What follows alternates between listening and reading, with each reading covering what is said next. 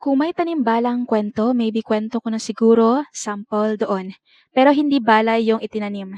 Malit man siya, malaking bagay siya sa pagsira sa buong pangalan ko.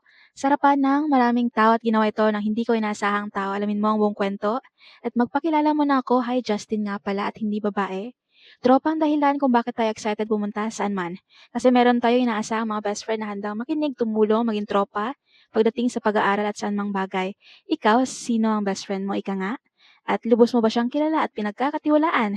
Retreat ang dahilan bakit ko siya mas nakilala lalo na sa tinatagong kulay ng budhi niya. Graduating students kami at totoo nga ang kasabihan na kung sino sa inyo ang pinakatahimik or tahimik lang sa kwentuhan, mag-ingat ka nga talaga. Dahil paminsan, may nakukwento tayo sa kanila na posible nilang kakainggitan at hahanapan ka ng butas, lalo na pag yung kwento mo ay masyadong perfect.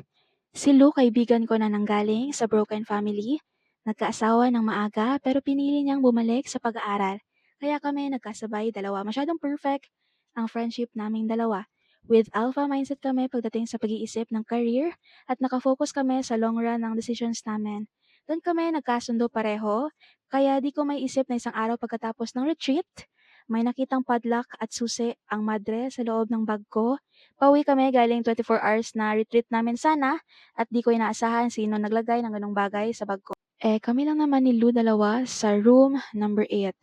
Kaya agad ko itong dinenay na hindi ko nilagay yon pero hindi ako sinakyan ni Lou at nagulat ako doon. Bukang bibig niya na sinabihan niya raw ako na wag kunin ang padlock at susi dahil papagalitan kami ng madre mismong towel rin raw sana ay dadalhin ko sana pero dahil hindi kasya susi at padlock na lang daw na ibulsa ko, bulalas niya.